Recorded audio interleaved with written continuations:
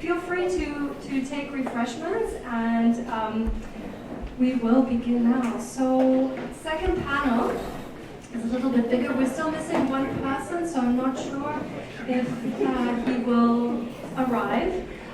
We have this, oh, maybe I should go to my previous slide, just to say that this is dedicated to the second half of the handbook. So in this case, we're looking at the chapter sections and topics are origin, luxury, and ownership, and then digital advances, things like AI. So we have this in combination.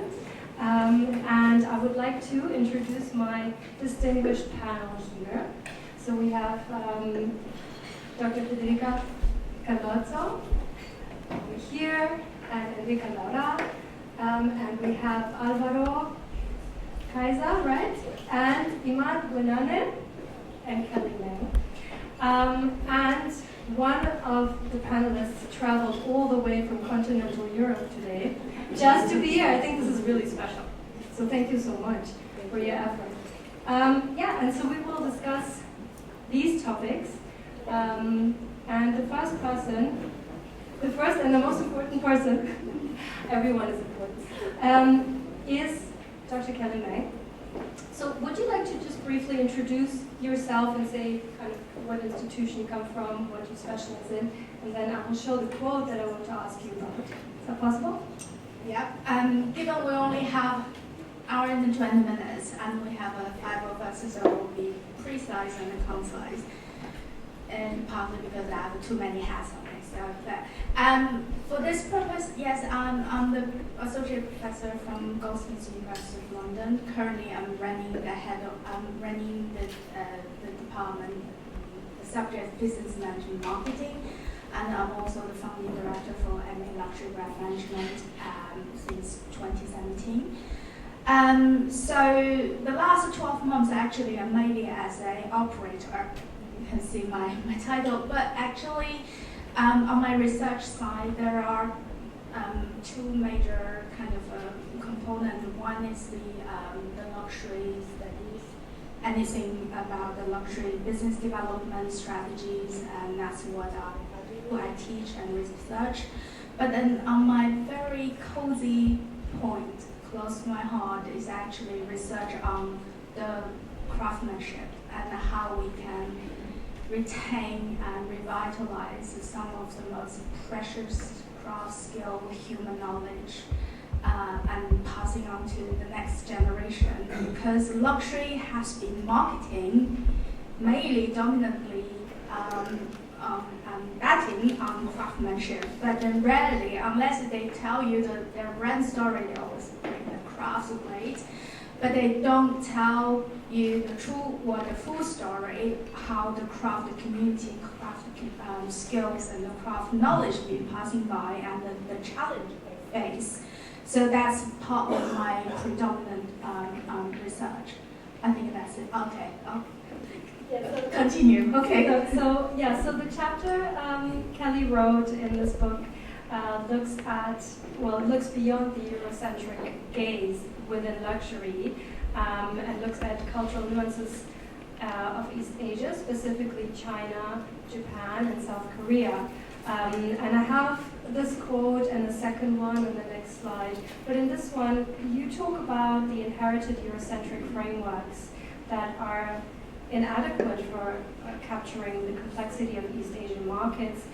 And you also talk about deeply rooted philosophical traditions, from Confucianism, from collectivism, the cultural identity of the 3 countries you looked at. Yeah. Can you tell us a little bit more about what you looked at and why this is important for luxury marketing?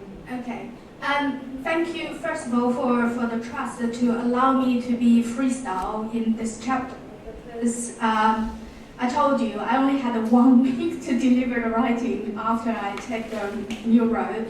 But that week, last year this time, that week, I totally enjoyed that 7 days, kind of just allow me to write everything that I have been researching and reading and reflecting. And because, before I came back to academia 10 years ago, I was very much operating in Asia, in Europe, in Africa as a manager, as a business manager.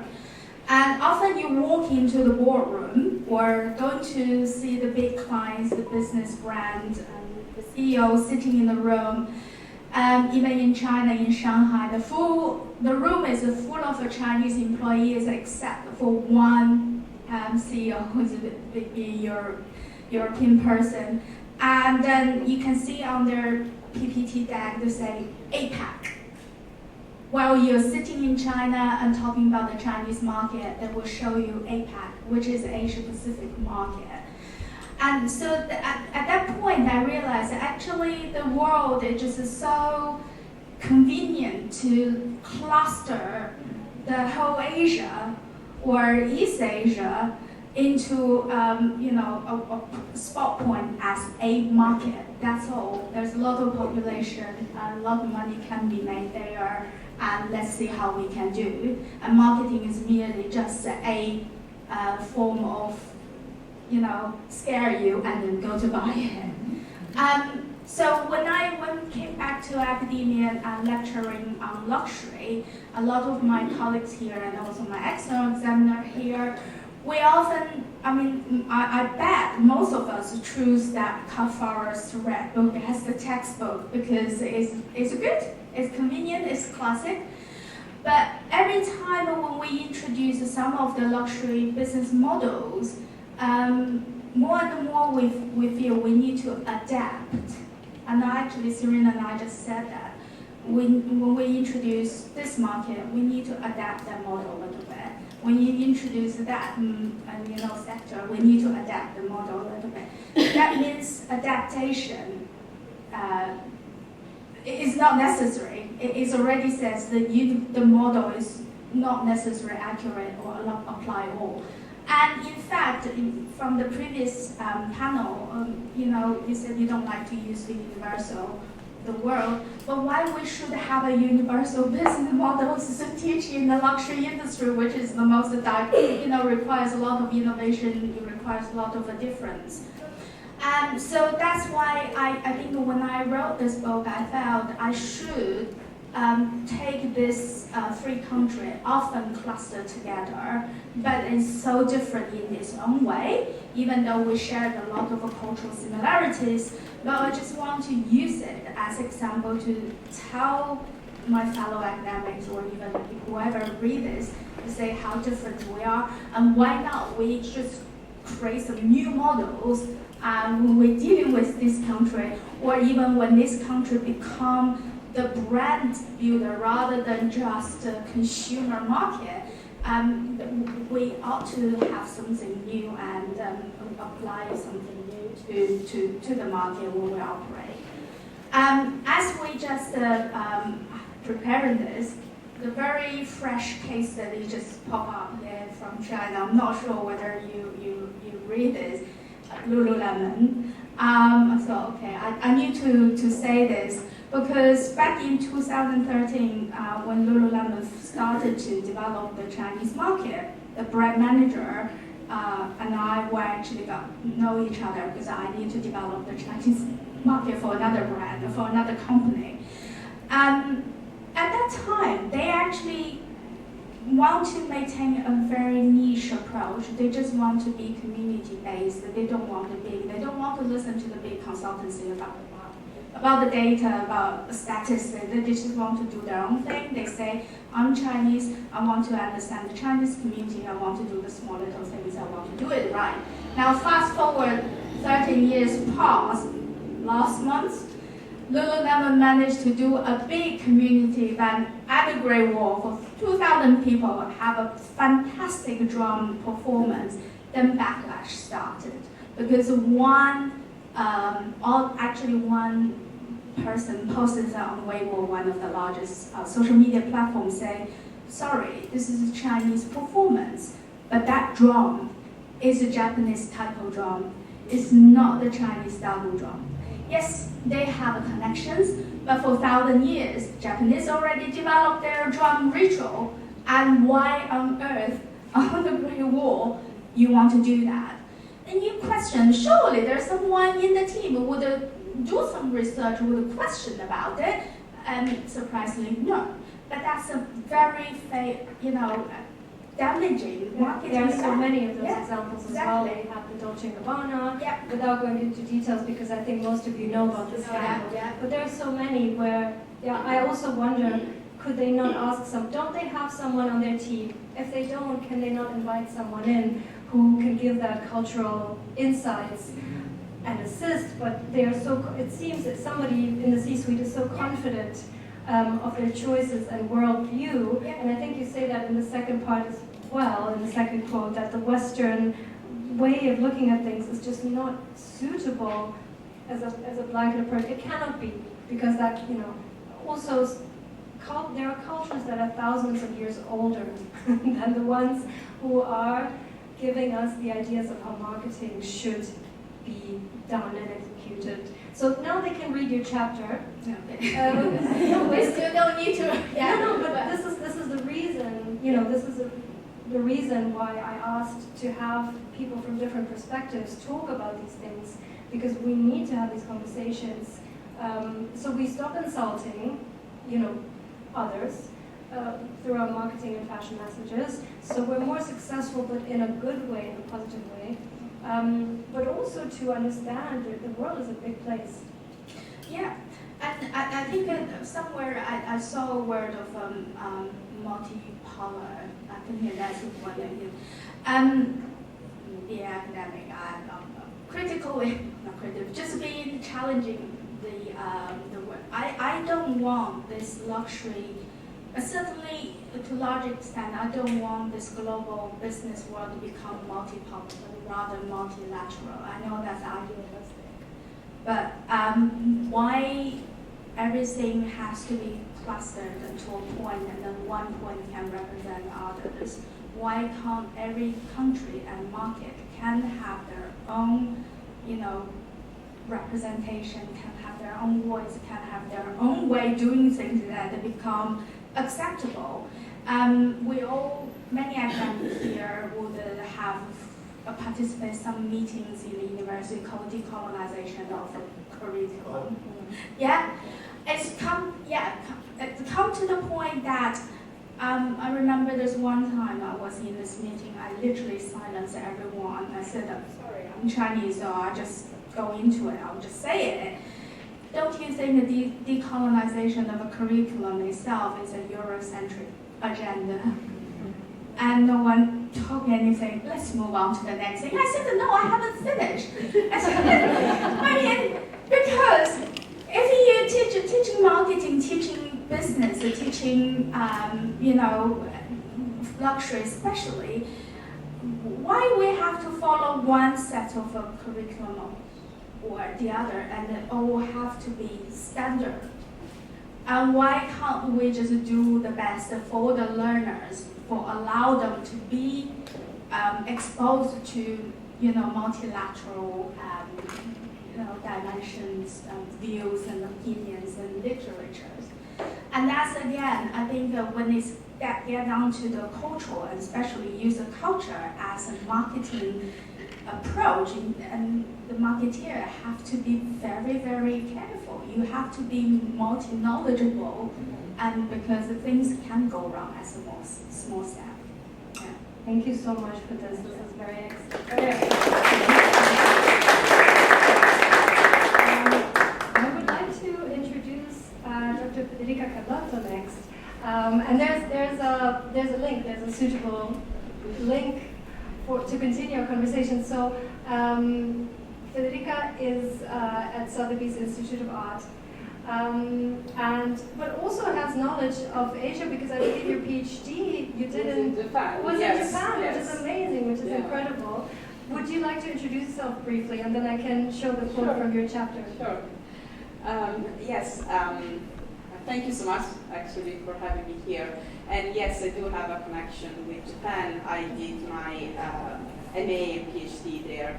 And I was, I think, the first one in my university, like a Westerner, getting a PhD. So I was a minority, a privileged minority, but I think I experienced on my own skin, in a way, different cultural issues and cultural dynamics. And so, actually, as for Kelly, I guess culture is a big part of my of my research. And so even nowadays, of course, I work analyzing, researching around luxury brand management, but it's always through a cultural lens and always through a cultural kind of dynamic.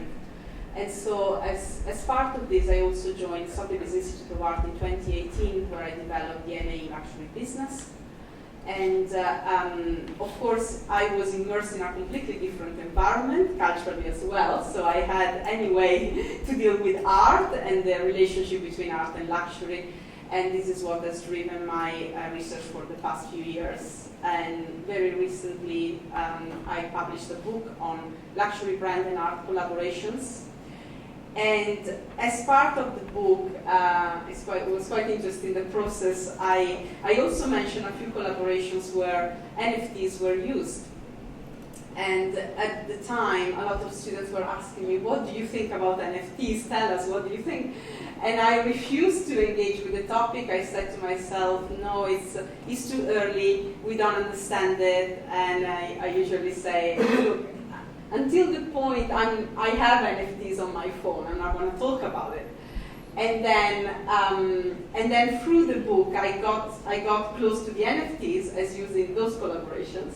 I said, okay, now is the time, and I started mapping those collaborations. This is how the chapter came. And then it continued, in a way, it's continuing right now, because then I started, and actually through your invitation, Olga, I started looking at what does it mean collaboration, what is the, in a way, implication when you start saying, I collaborate, a company saying, I collaborate with an artist, I collaborate with a digital artist, what does it mean? And it got bigger and bigger and bigger. So from that ethical standpoint that you flagged out, then I started looking at what does it mean collaboration, and now I'm working on a project looking at the collaboration between luxury brands and Web3 agencies. And I think a lot of interesting stuff is coming out in terms of balance of power, in terms of what does it mean, how is digital art somehow acknowledged or not in the canonic art world. So I have to say it's a work in progress still. Yeah, it's very interesting because for a while people were saying, oh, NFTs are dead, nobody's interested anymore, but actually there's a lot going on. And so your chapter, Integrating NFTs in Luxury Brand and Art Collaborations, Production, Marketing, and Organizational Implications, is a really rich chapter. There's so many aspects and layers you looked at. I picked out a few things and I wanted you to give us more insights on this. And so the quote that I found here, you talk about NFT designers that get more agency. And this sounds like a really positive thing. So your example is Feltzine, and then they had some collaboration with Stephanie Fang. And you also talk about that there was a chance taking inspiration from each artist's distinctive medium, texture, and motifs, and infusing her penchant for Chinese aesthetics and techwear designs, Fang released original digital looks. So, you know, it's really interesting because you highlighted this, and I was wondering if you could give more insights on this. And also let me know, because I have the two images as well. Oh, yes, there is one. Yeah. Well, when I started mapping these collaborations, they're usually presented in the press as such and such collaborating with such brand, and that's it. But then I started unpacking it, and so in the book I tried to kind of unpack who is doing what. And so, and I think you have an image, I don't know if you have it or not. No, the other one? No, then the other one, it's okay. So I started mapping all, who was doing what. Yes, this one, right? And so we actually realized, and this is just one example, that different collaborations have different people, agencies, entities involved, and in different collaborations you have different balance of power. So this one is quite simple. You have a leading brand, Givenchy. You have a second brand, Bistroy, which is a street fashion brand. They did a collaboration together, so there is a physical output. And then there is a Feltzine, so a digital partner, actually rendering, choosing some of the items and rendering them into NFTs. So it's basically just a sort of digital twin. And the only thing that they did was just to add a little bit of a background that was of their creation. And then you have an enabler, which is Aura Consortium, actually minting the NFT. So this one is a very simple model. It's a closed loop, I call it, because basically, if you bought part of the collection, you would get the NFT attached to it. Now, there are models that are more complex, where actually you have an artist, like you were mentioning, Stephanie Fung, and that was a collaboration by a whiskey brand, Glenfiddich, who commissioned artists from all over the world to personalize their motif, their filigree motif, and create a box for the whiskey. And then this digital artist, Stephanie Fung, and I think we have the image, yes, this one.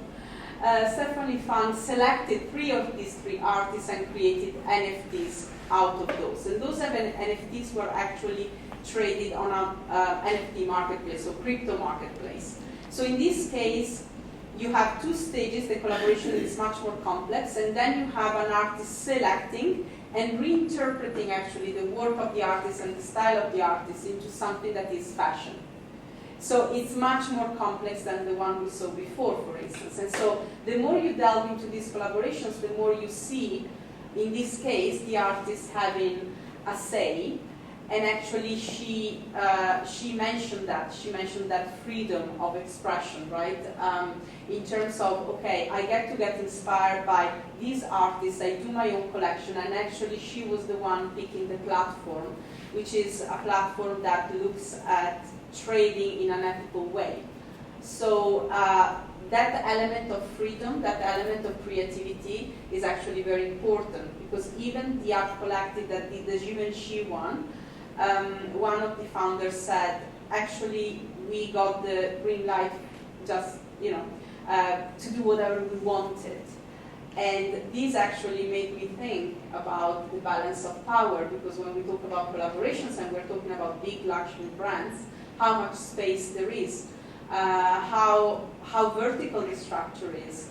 When we talk about creativity, is trial and error, right? And so this means money for them. And so, and this is what I'm looking at right now in that respect. Thank you very much. This was fascinating. Thank you. I think this fits really well with the topic that Enrica has researched. So, yes, thank you so much for flying in all the way from Barcelona. So, Enrica is affiliated with EUBS and UAB University, and has also contributed a chapter that has, the digital aspect, the creative aspect. So we'll talk about this, but would you like to introduce yourself to the audience? Yes, of course. Thank you so much, Olga, for inviting me again, and thank you, audience, to be here today. And yes, so I am a researcher, and I have nothing to do with marketing. I really want to say this because I come from a law background, so I'm also a lawyer, and I do consultancy in art, business, and law. And I started my research. I'm doing a PhD at the University of Barcelona, so I teach business there in a business school, but also I'm doing this research that came from a project on having like a digital platform for digital emerging artists. And but then I understood that there were like a lot of like legal problem, a lot of promises on how digital art. This was the early like 2010 or something. How digital art can actually become accessible and also have an economic power, because then you can really become a real artist in the market or in the art business, when there is a value, an economic value attached to your art, right? And then so how finally digital art could be recognized as art because of the economic power through platforms. And this enabled, thanks to the technology, particularly blockchain, now you can attach like a value to that, like NFT. You can attach that tool to the digital art, they cannot recopy, etc. So it was fantastic to to see, wow, there is a democratization process going on in here, and everybody can suddenly like participate. But now I started to go to navigate more on a critic level, because then when now the technology, we were talking with the other contributor today, is becoming like super fast, and we want to be faster and faster, then we start to have some bias on the participation and also on the governance of the technology. So who actually owns the algorithms that decide that this participation is happening?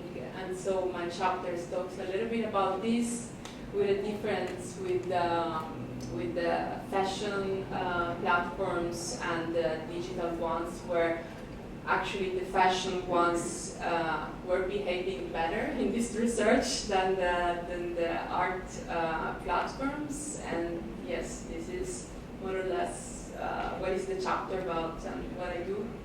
Yeah, that's very interesting, and that really struck me, because on the one hand, as you said, there's this possibility to participate for a lot of people, so it seems there's a democratization happening.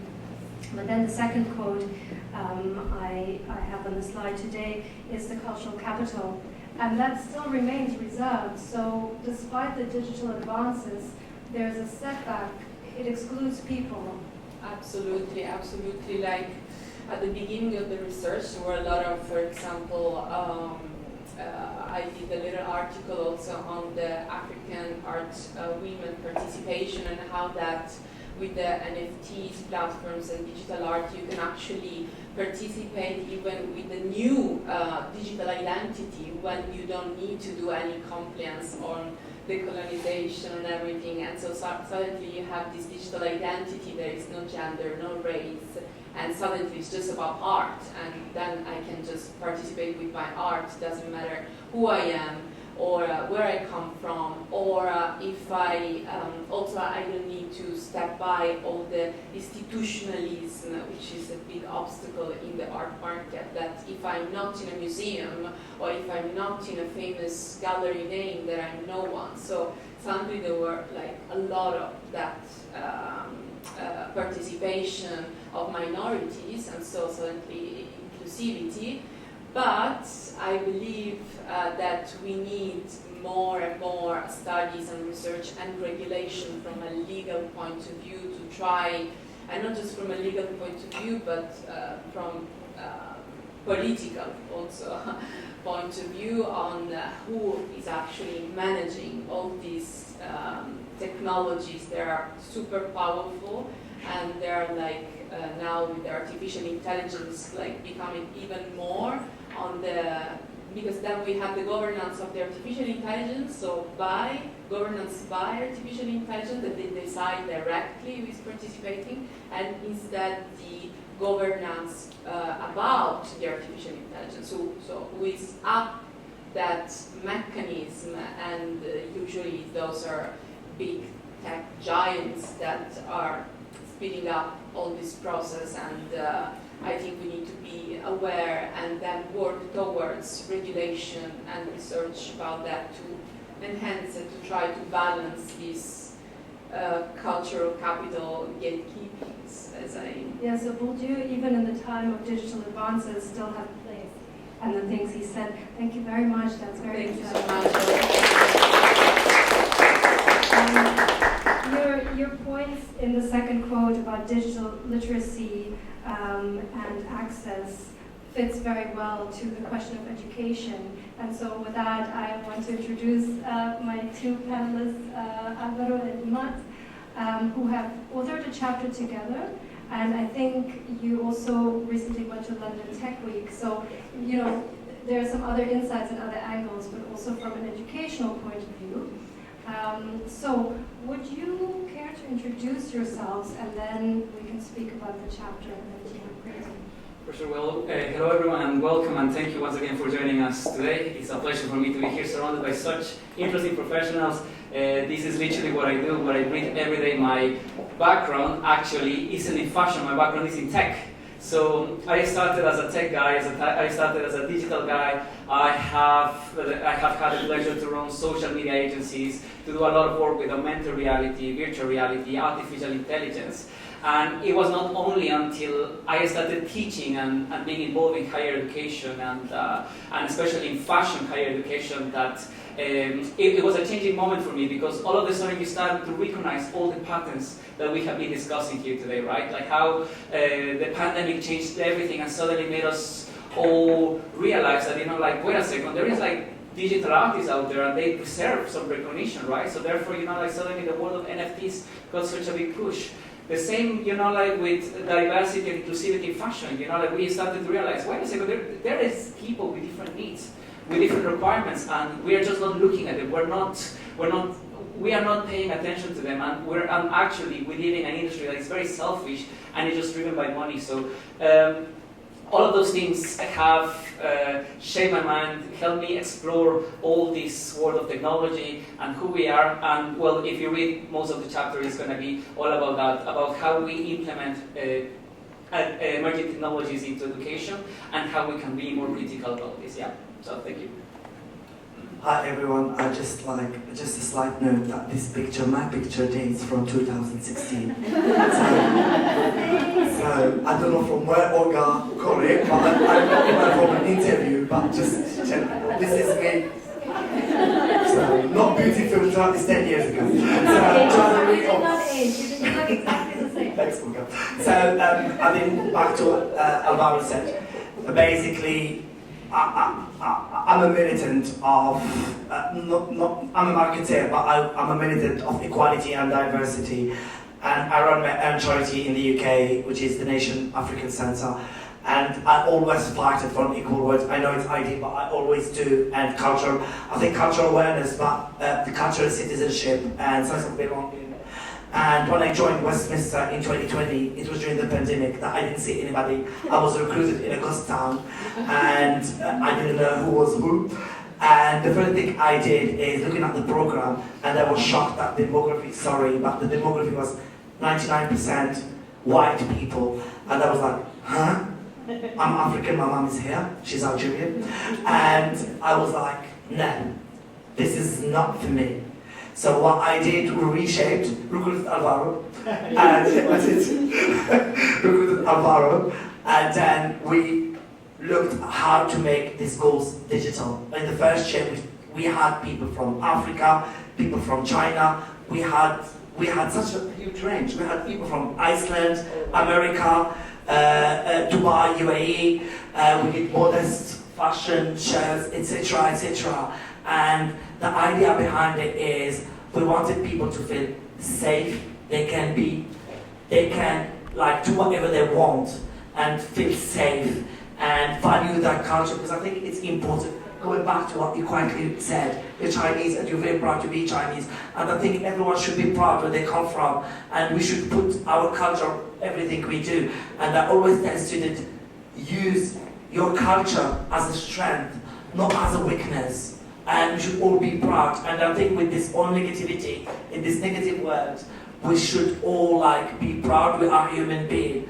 And just going back to what Alvaro said, there is one model that we collaborated with Badra. She's supposed to be here, but she's a traitor, she didn't come. One of the fashion designer, she's an Algerian fashion designer that we worked with. And what we did, we tested. The first year student, they just had the graduation show. And it was first year students in marketing. They were new, and I said to them, do you want something challenging in your life? Because I'm the mad one at uni, he knows me, so I bring my Lego, I do crazy stuff. So I can't teach people, I can't undoctrine people, just sit here and say, you're gonna hear me talking for 3 hours, it's all about me. No, I just make people do things. So I gave them this challenge to use, it was AR and VR, and to work with Badra to look at women and African women, especially the Tuareg, Sahara, Sub-Saharan, and to create something, take the team, choose. It was optionality. I gave them so many options to choose. I told them, you do whatever you want. I don't want to, I'm not here, especially for assessment, to force you. You need to do that. You like that? No, I don't want you to work about, I want you to do Marks and Spencer's. I wanted people to do what they like. And when we looked at the assessment, we had people even with 70, what's her name? Yeah, we had people even with 70, etc. First year, 3 months studying. They had 40s, 70s, NFTs, they used everything in that thing. We gave them so many workshops. It was my module, but Alvaro helped them quite a lot. But I remember the feedback when I said to people, they were not talking to me about anything digital, that we kept ourselves with SketchUp, with all Adobe's lessons that Terence did. They were talking about something very important. And Manon said it in her report. She said, she compared women warriors in Sahara with Scottish warriors, and she realized the symbols were identical. And no matter if you are black, white, yellow, whatever color you are a human being. And she realized, and I think most of the feedback was about, we are all human. Wherever we come from, we look the same. Maybe the body is not the same, the face is not the same, but the values, the ethos. And it was, honestly, it was real. Like, I was in tears because at some point, it was more about equality and cultural things that you guys all mentioned than about the subject itself. And I was a bit shocked. I was like, hold on. They were talking about what they learned, that wherever you are, you have the same value. So they didn't know, because I think media portray people in Africa that we live in the trees or something. Yeah, no, true. So we live in trees, we don't know what internet is, we hardly wear mobile phones, and we don't know what water is, etc. So I think it was a completely new idea. And I think AR and virtual reality, the meta reality, actually has helped shaping education. And this is very important for the generation to come. Now that the Gen Z are leaving uni, but the Alpha are coming in 2029. Are you ready for the challenge? It's a different ball game. So are you ready for that? Sorry, I talk so much. No, this is brilliant. This is great. I think your passion is very commendable, and it's true, you made a lot of positive changes. And then you left us. And then you deserted, and now I'm stuck there. Okay, so... That's a different panel. That's a different puzzle. But you, in your chapter, you guys talk about the AI skills that students need, especially in combination with luxury, and the tech that we need to provide for students to guarantee access, participation later in the industry and so on. But the quote that I picked out is where you caution in your chapter as well, what AI gets wrong. And we use AI more and more. We teach our students how to use it because they need it for their professional life. The students teach us how they use it to get through their assignments without, doing the work sometimes. So it's a really interesting dynamic going on. But they need to know AI skills. But you talk about AI being biased. So AI is being fed information, and we're talking back again to kind of a Western, Eurocentric bias, whatever you want to call it. With the African people who live in the mud huts, and the Russians who want to take over the world, all the stereotypes and biases on everything that you can think of. That danger is there. This is how I understood it. And could you explain a little bit more how you Of see course, this? thank you. Very interesting question, guys, because this is something that happens, right? Like with Imad, we are passionate educators, so we are very happy to put hands-on experience into our classrooms, right? Like we encourage our students to always try the latest tools, to always play with the latest software that has come out, with the latest platform, whether it's NFT, AR, VR, and all the stuff, right? But I always tell my students something. Sadly, we're caught in between an era that we have no control of, because something you need to keep in mind, technology always advances faster than regulation. Yeah? It happened the same with social media. When we were in social media, think about it 10 years ago, right? When Facebook just came out, we were all sharing like, oh, this is where I'm gonna be in this hotel tonight, I'm gonna be sharing with Federica, with whoever. We didn't realize until 10 years later, right? Wait a second, what about my privacy? What about my right to keep things to myself? What about, if there is someone with bad intentions against me that could use that information against me? So it is sadly happening the same with artificial intelligence and all the emerging technologies that keep coming out. I think it's very important for us, especially from a sense of not only educators but practitioners in the industry, to obviously make sure that we are always aware, practicing, learning about the new tools, everything that is coming out, but also start questioning and start reflecting into what are these tools actually doing? Who created these tools? If you look at all the top companies nowadays, OpenAI, everything owned by Microsoft, by Google, by Amazon, and just go and ask them, generate a picture of an attractive person. What is that model gonna think of an attractive person is, right? Or maybe if I ask, generate a picture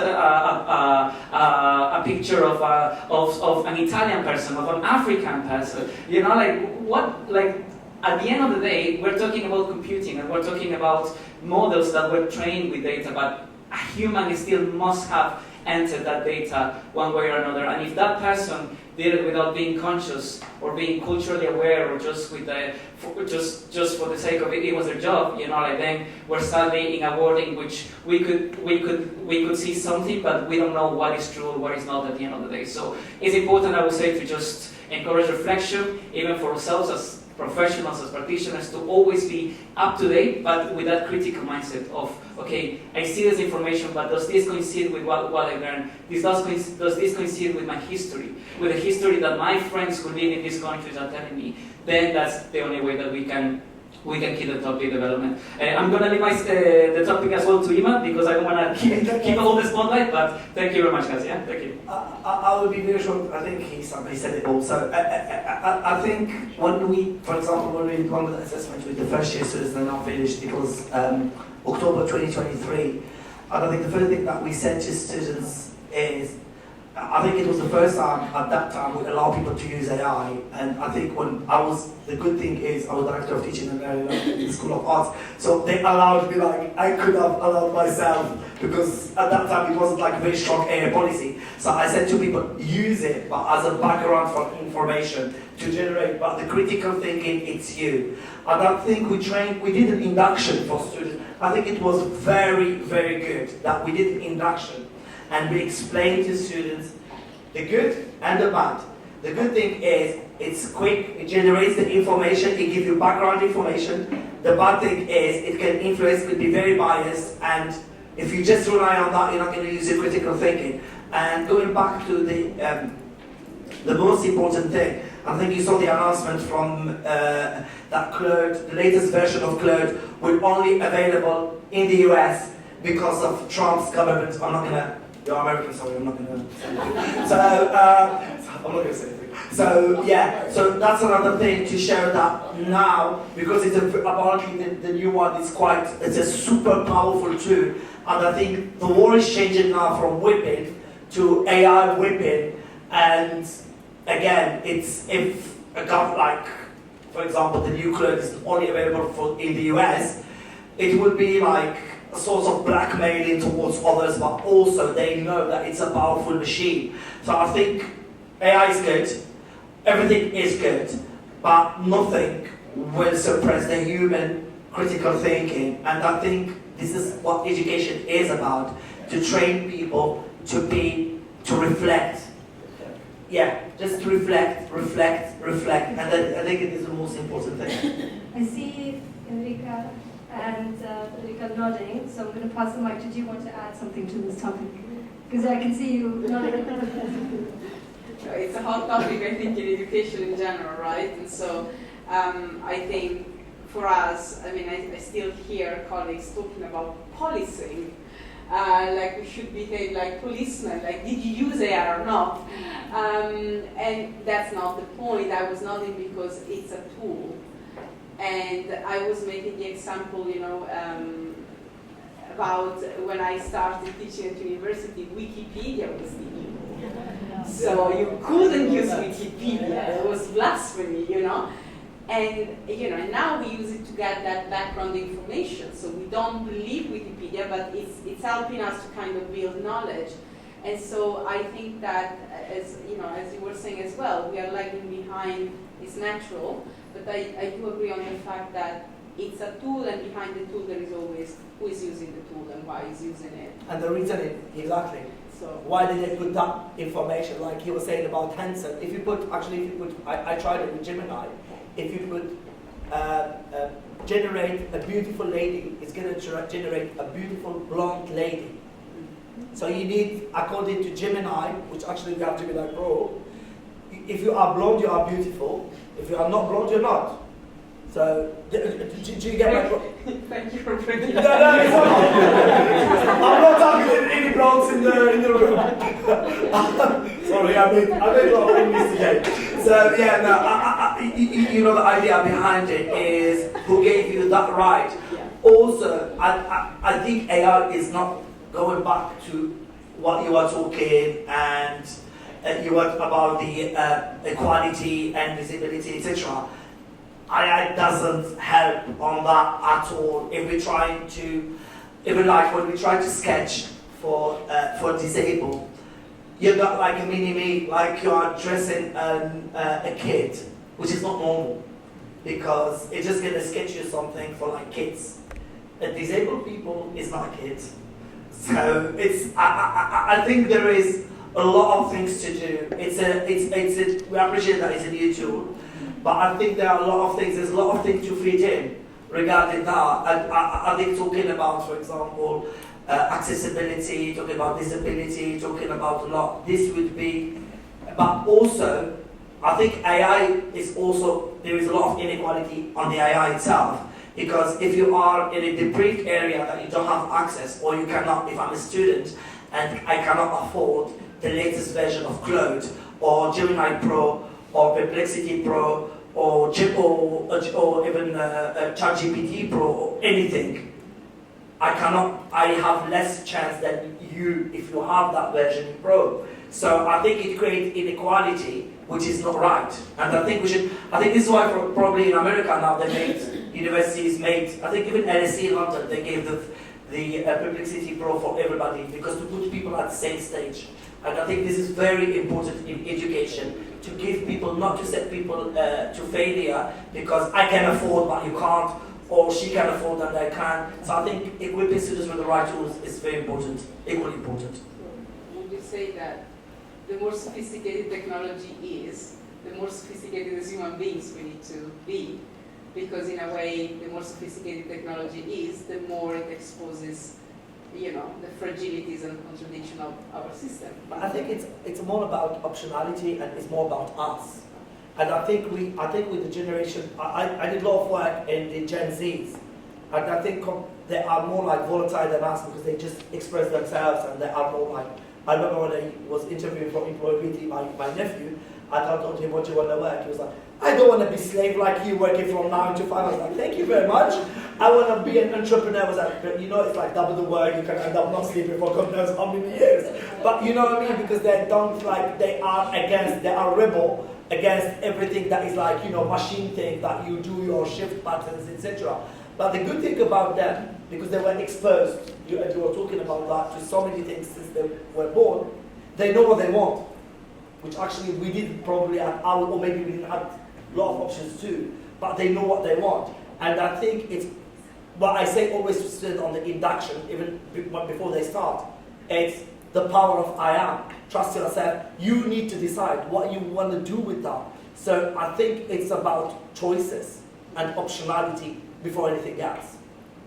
I think it's also very interesting what you just said, the fact that the more advanced technology advances, it exposes or how fragile we are, because if you think about it, like all of a sudden it's like someone decided that you cannot go out of your house without that brick that you need to carry out in your pocket every time, right? Inside that brick, there is going to be applications with an algorithm that is proven to be more addictive than casinos. Yeah, like social media has the same algorithms that casino. It gives you the same type of dopamine, the same type of dopamine that you will get from like running in a casino, trying to get some money, but you never get it at the end of the day. And now someone is deciding as we speak, right? Like these are the tools that you're going to use. This is the new way that you're going to write an email, that you're going to create an image. And where is our own brain thoughts, imagination going at the end of the day, right? Like if we're not conscious about it, we are literally raising generations. I have some students right now that they cannot use a computer because they're just used to swiping in their mobile phone, in their mobile devices. It's crazy. So I think this opens a very interesting debate, to be honest. Like there is plenty to talk about when it comes to the approach that we should have towards technology, not only as educators, nor as newer generations, but as practitioners, professionals in different industries, because it definitely affects everybody, and there should be some governance. I think the government, the academics, professionals, business owners should be involved into this conversation to find a future that benefits everybody and not just, you know, like the casino effect of giving money to corporations. Saying that, I think we are boxing people as well when we put too many policies. For example, in UK higher education, there's so many policies about AA in assessment, AA in feedback, AA in this, AA in writing, AA, and they're just boxing everything, and I think it's way too many things. And I think trying to put things into like caging things, we put too many constraints and too many hurdles as well. I think it should be also, I think employers should be like, the industry should be involved, especially in the fashion, if we talk about fashion education. We talk a lot about higher education, but you as an employer, what would you like students to know about AI? How would you like students to use AR or VR? This is very important because at the end of the day, love it or hate it, they have to work. And they have to earn money or two. They're not going to hate you, I finished my studies, I got a first. And then, oops, I can't find a job. So what the skills are required and what is about employability. I was in the London, what they call it, not the London Tech, London we were last week, but this week on Tuesday, I was about the London show, they call it, about businesses in London, etc.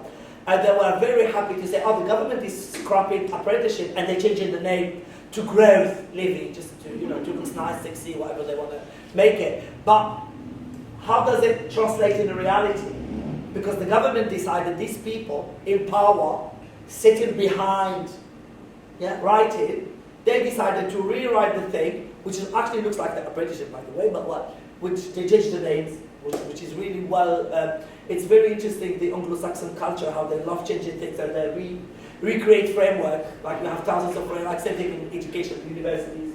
We have Vision 2020, 30, 2050, and all the teaching and learning handbooks that we have, that God knows how many, and things like that. But in the reality, did we ask the industry what they want? Give me, for example, when we validate modules, honestly, I break a pool of universities and telling them, please trust me, look at the modules and tell me, what do you understand by that? And I know most of them haven't been to uni.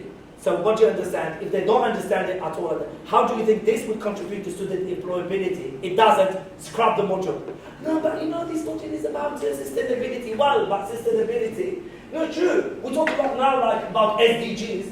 All education is about SDGs. Do you really apply that? Do you understand? How does it translate? I think the bridge, and then students don't find a job and come back to us like, oh, I have a debt of 50K because of you. Yeah, no, true. I have a debt of 50K and I have no job. And it's a very important equation. In a time of augmented reality, VRs, etc., are we giving students the right education that would help employability? I think this is a very crucial question. And the answer is no. Because you said it, I heard you now saying it. It's no. And nobody, I had somebody from Imperial University say, they were like, oh, Imperial we do. I was like, excuse you? At Imperial, people who work in Imperial, study in Imperial, their parents are in PwC and all these big companies, they're just gonna, you know, it's networking. It's not about, tell me about somebody who comes from a middle class people who can find a job. And this is very important. And I think it's the same in Europe, Barcelona, or any part in the world, or Japan, even Japan. Yeah, I would like to add something, that if I can. I think that in education, as you mentioned on the critical thinking, this is a very incredibly powerful tool that we have nowadays with our students on actually not having like a side course on critical thinking, But what I would like to do from my always legal perspective and even as a dream for humanity is having critical thinking as human right to protect ourselves for the future. So thinking ahead not for just our classes day by day, but for the generation of our kids, and from here on 100 years. So having like a declaration even on human being and not just like human rights, to have it there for the future and for the generation to hold on to against the technology or the giants of techs, etc. So it's beautiful. It's a beautiful idea, but I think will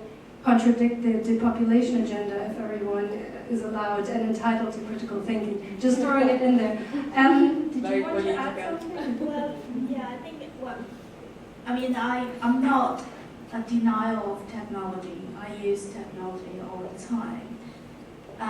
But I think there's one thing we all have to continue nurture and we can't abandon is human skills. Yes, technology, AI, VR, AR, they're tools, but they are not there to replace humanity and human skills. And I'm not sure whether you'll here use a second language to test us different AI model from a different country. Then, I sometimes just play around using Chinese to test the Chinese AI model, and you can see the immediate difference between, behind the political ideologies and the cultural difference, and all the data fit in. And now I think even some of the Chinese model even embedded some advertisement into the model. So it's the least regulated products and tools than probably a grad shop on the street. So we're now pushing the younger generation all to these tools without aware the significant consequences, and then they just feel, okay, that's the future. I think that a little bit short-sighted. The other thing is, 3 years ago I did a small pilot research actually on Generation Alpha, because I said I love craft and I want to see whether crafts would have a future as a point of a form of employment kind of path. And surprisingly, these kids all grown up after 2010. They were born after 2010, and they constantly, they're not as spoiled as a Gen Z, I have to say. They had, soon when they're born, they're already, tech savvy. They've gone through COVID and constant crisis. What really struck me was this younger generation actually more care about the human community than the Gen Z generation. They love to play together, even though they would use the technology to refer certain things because they learn from the technology, online. They say, oh, did you know that? Did you see that? Oh, yeah, we do. But then they will play together. So I think fundamentally, this is beyond.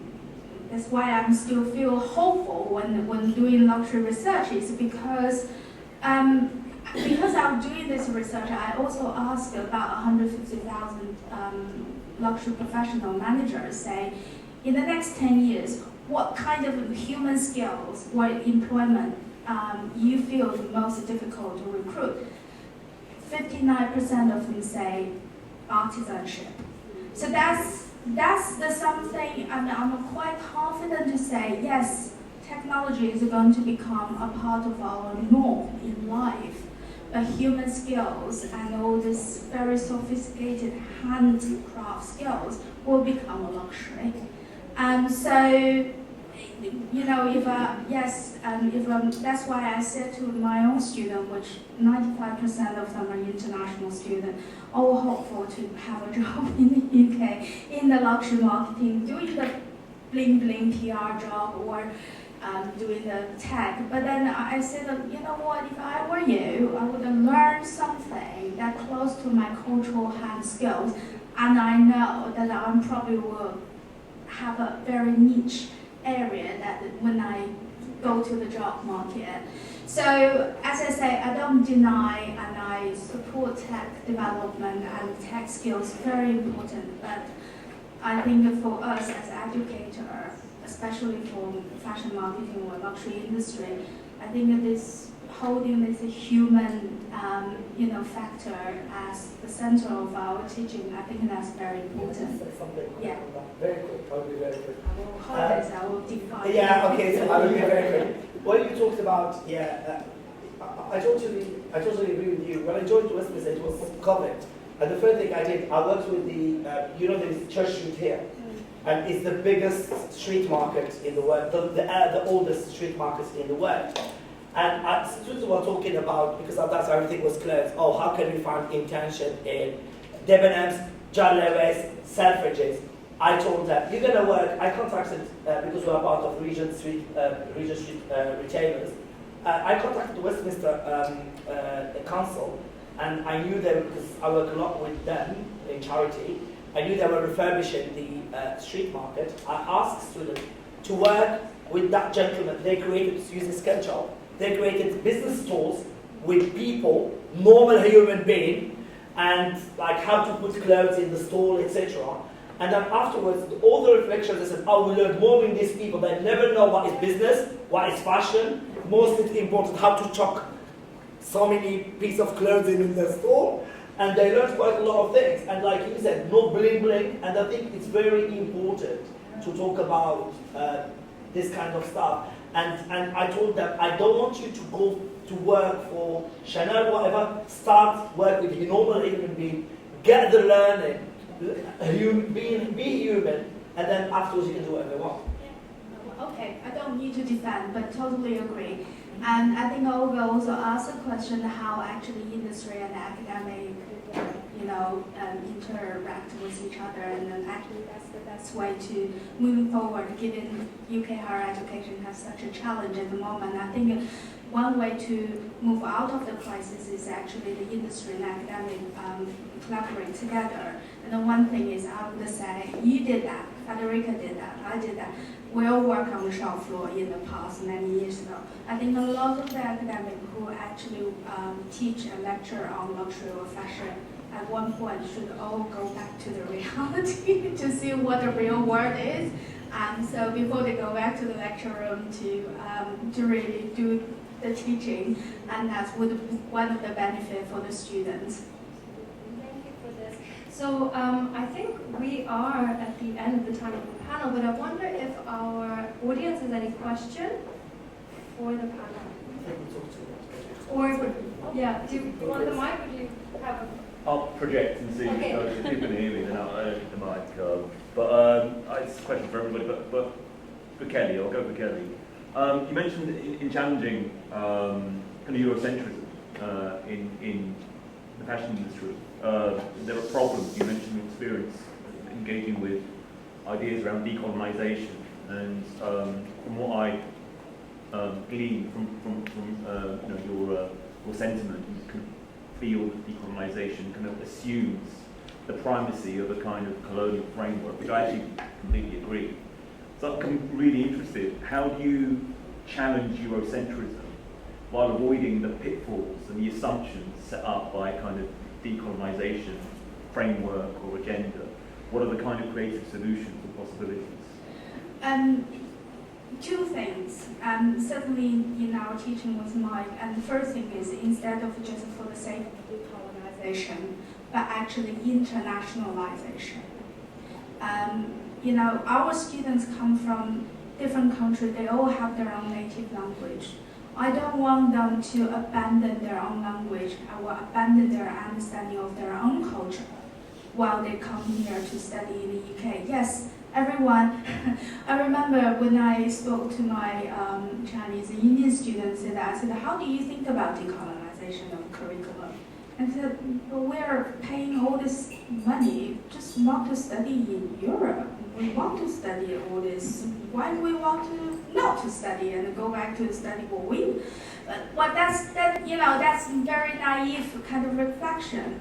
But one thing I would say, first step is, yes, you need to learn what we already provide here. take advantage of the UK's kind of a higher education system, critical thinking, creativity. Then second, you need to really, while you are outside your own culture, look at back your own culture. What's the difference?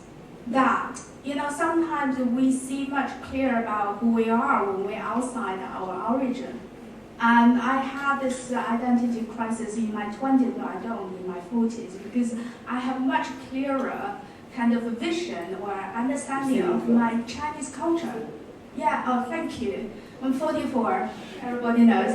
And so that's one thing. So instead of just a look from one angle, but actually allow everything, every voice, without judging which right, which wrong.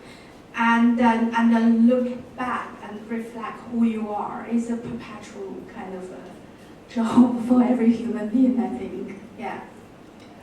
Great. Yeah. Thank you. Any other questions or comments? I had a question for Enrica, which is this idea, this problem, do you see there being a solution to it? Because to me it seems that maybe the problem is quite embedded and quite, it might be quite difficult to move on from it.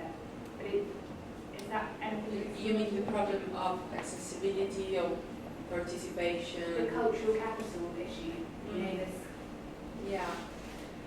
Well, I am researching on it, and I am, as you said, that technology always moves faster than regulation.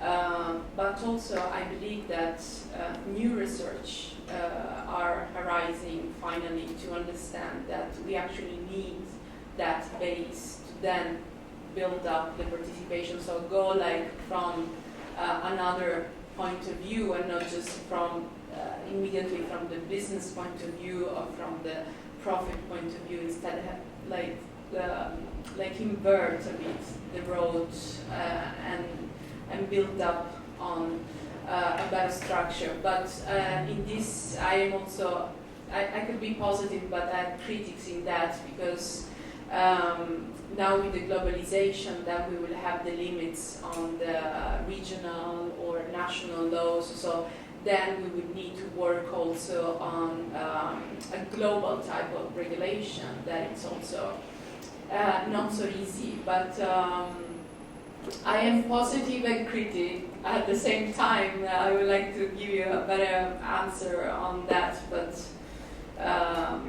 there are a lot of bias yet. But we're going, some direction are positive, I believe. Well, I was quite interested in what Kelly was saying in relation to the AI tools, that you might have, a development of a different geographic, they're obviously very different established platforms as well. Right. I mean, possibly that is not a solution that's necessarily positive, but possibly you end up with a result where you have a platform that's almost like an echo chamber of its own region. Right, yes. With the technology, for example, with the blockchain and the different layer that we have now in the blockchain, we have finally like what is called the cross operability that now it works very good. And so in some platforms, things are actually already working towards that direction. But then again, the regulation is not moving so fast. So, for example, we also have a lot of decentralized organizations that they don't care about the regulation, and then they connect also with the crypto world. And so maybe this tech type of politics, if we can say, it could be the future or a way to structure a new type of democratic access to everyone, or for the art market, or for the artist participation in general. So maybe that could be the hope way that we can. I think regional conflict is a big problem. Like, for example, we were talking about the Chinese, and because the American blockage of the Chinese is came quite a lot, and I see the results. They're not allowed to use American database, etc. So in a way, and vice versa, because the Americans don't use the Chinese And Yeah, but somehow, even in political conflict, somehow then stuff are still working. For example, I have like a case study on Russian people that had the blockage of visa, right, to payment. So living, for example, in Europe, they cannot actually make transactions. They don't have an IBAN. And I discovered that some of them are basically buying USDT currency and then exchange that, for example, in Revolut, and then in the app they exchange that and they have the euro in the Revolut. And so this is like, when I knew about that, it was like, wow, this is amazing, because it's like crossing a lot of border and limitation in terms of regulation and war conflict. And so yeah, something, it's happening. It's complicated, but it's happening in the meantime. So We have 15 minutes left before we're kicked out of the building. So on that note, thank you very much, Edgar, for letting me know.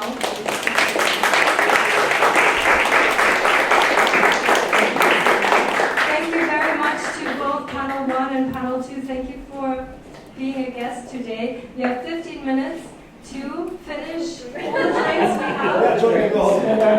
Yes, and to exchange contact details and network. So thank you.